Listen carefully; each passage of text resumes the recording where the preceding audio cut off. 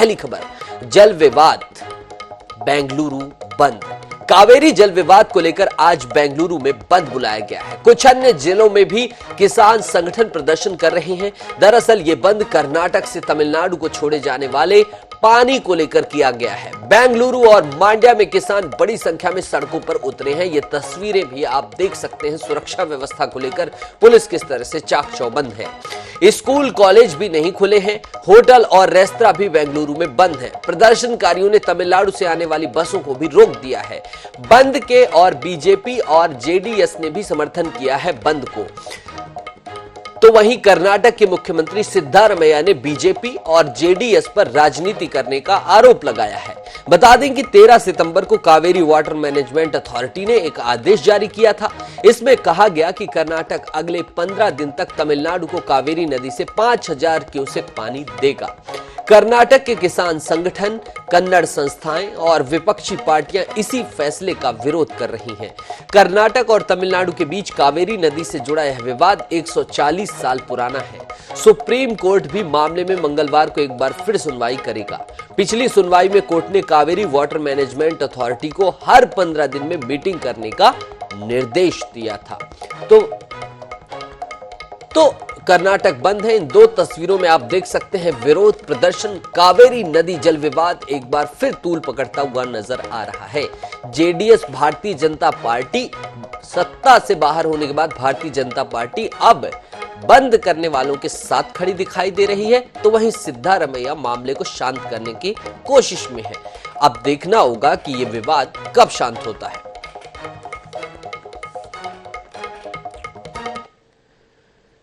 चलिए अब रुख करेंगे दूसरी खबर का। दूसरी खबर है मध्य प्रदेश से जुड़ी हुई। बीजेपी ने दूसरा दांव चला है। भाजपा ने मध्य प्रदेश विधानसभा चुनाव के लिए दूसरी लिस्ट में 3 केंद्रीय मंत्री समेत 7 सांसदों को प्रत्याशी बनाया है।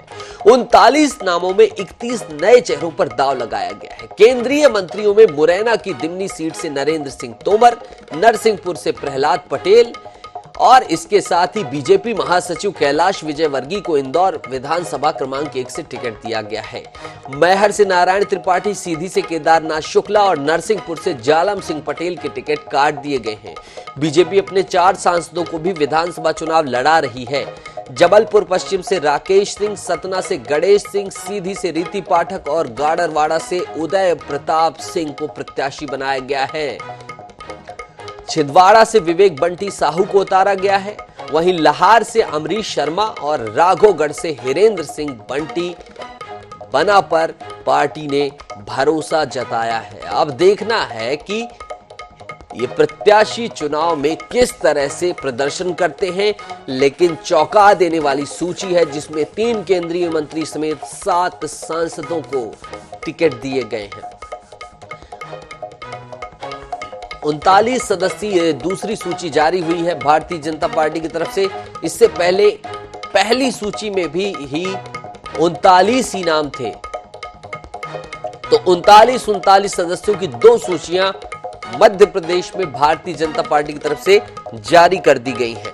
श्योपुर में आप देख सकते हैं दुर्गालाल विजय, इसके साथ ही निवास में फग्गन सिंह कुलस्ते, कटंगी में गौरव पारधी तमाम लोगों को प्रत्याशी बनाया गया है। जुन्नार देव में नत्थन शाह, छिंदवाड़ा में विवेक बंटी साहू और इसके साथ ही परसिया में ज्योति डहरिया, घोड़ा डोंगरी में गंगाबाई उइके को टिकट दिया गया है, प्रत्याशी बनाया गया है। उदयपुर में नरेंद्र शिवाजी पटेल, खिलचीपुर में हजारी लाल दांगी को टिकट दिया गया है। आगर में मधु गहलोत और शाहजहांपुर में अरुण भीमावत को टिकट दिया गया है। भीकन गांव में नंदा ब्राह्मणे, राजपुर में अंतर सिंह पटेल को टिकट दिया गया है। इसके साथ ही पानसेमल में श्याम वर्डे और थांदला में कल सिंह भांवर को टिकट दिया गया है। गंधवानी सरदार सिंह मेड़ा और देपालपुर में मनोज पटेल को टिकट दिया गया है। बीजेपी ने अपनी दूसरी सूची जारी कर दी है। कई चौंकाने वाले नाम भी है। उसमें से एक डबरा से इमरती देवी को टिकट दिया गया है। इमरती जी हमारे साथ मौजूद हैं, उनसे बात करना चाहेंगे। एक बार फिर पार्टी ने आप पर भरोसा जताया है। अब बहुत बहुत धन्यवाद भैया। तो पार्टी ने तो पहले भी भरोसा जताया था, मैं थोड़े से वोटों से हार गई थी। तो अब पूरी जनता की आशा है, जनता मुझे दिल से चाहती है और डबरा की जनता को मैं अपना भगवान मानती हूँ। इसलिए जनता पर मुझे पूरा विश्वास है कि 2018 जैसी स्थिति मेरी बनाएंगे, 18 जैसा चुनाव मुझे लड़ाएंगे। क्या चुनौती रहेंगी इस बार आपके सामने, क्योंकि पिछले बार भी आपको बीजेपी तरफ से उपचुनाव में टिकट दिया था, आपका हार का सामना करना पड़ा था, अब क्या चुनौती है? नहीं, कई चुनौतियां हैं। मैं तो अपने डबरा का विकास चाहती हूँ, डबरा के विकास के लिए राजनीति करती हूँ कि डबरा का विकास अच्छा हो। अब अभी नगर पालिका अध्यक्ष बनाई है तो पूरे डबरा में डम्बरीकरण का काम चल रहा हो।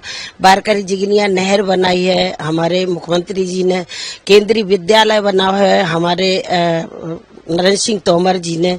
ऐसी कई योजना है जो ज्योतिरादित्य सिंधिया जी ने भी दी है, लाखों करोड़ों की। तो हमारे नेता मेरे से बहुत खुश रहते हैं और जनता अधिक से अधिक खुश रहती है। और मैं बजरंगबली पर भरोसा करती हूँ कि बजरंगबली मुझे जरूर चुनाव जिताएंगे। कई सिंधिया समर्थक जो है कांग्रेस में शामिल हो रहे हैं, क्या लगता है आपको कहीं ना कहीं ज्योतिरादित्य सिंधिया जी का प्रभाव कम हो रहा है? आप एक उनका जो कट्टरवादी है सिंधिया समर्थक, वो आज तक भारतीय कांग्रेस में नहीं गए हैं और अब कोई समर्थक नहीं है। अब सारे समर्थक है पार्टी भारतीय जनता पार्टी, चाहे तोमर साहब हो, चाहे मुख्यमंत्री जी हो, चाहे प्रदेश अध्यक्ष हो, जो चाहे ज्योतिरादित्य सिंधिया हो, सब भारतीय जनता पार्टी के अच्छे कार्यकर्ता हैं, अच्छे नेता हैं और सभी एकजुट होकर चुनाव लड़ेंगे। देख सकते हैं ये थी हमारी डबरा से उम्मीदवार इमरती देवी, जो बता रही थी कि विकास के मुद्दों को लेकर जनता के बीच जाऊंगी। कैमरा नितिन के साथ सनी मालविया, INS न्यूज भोपाल। चलिए, ज्यादा बातचीत के लिए हमारे साथ जुड़ रहे हैं भारतीय जनता पार्टी से राजपाल जी। राजपाल जी, बहुत बहुत स्वागत है आपका INS 24/7 में। जी नमस्कार। हैरान करने में भारतीय जनता पार्टी अव्वल है सर, कभी कुछ बिल को लाकर, कभी धारा 370 को हटाकर, और इस बार चुनाव में भी नई नई आप इनोवेशन लेकर आ रहे हैं। 3 केंद्रीय मंत्री, 7 सांसदों को मैदान में उतार दिया गया है। देखिए, हैरान करने की बात नहीं है। यह भारतीय जनता पार्टी की रणनीतिक जो है पूरी राजनीतिक रणनीतिक योजना है। निश्चित तौर पर जिन सीटों पे हम हारते आए हैं, लंबे समय से हारते आए हैं, वो सीटें हमको कांग्रेस से लेना है, तभी हम बढ़ पाएंगे।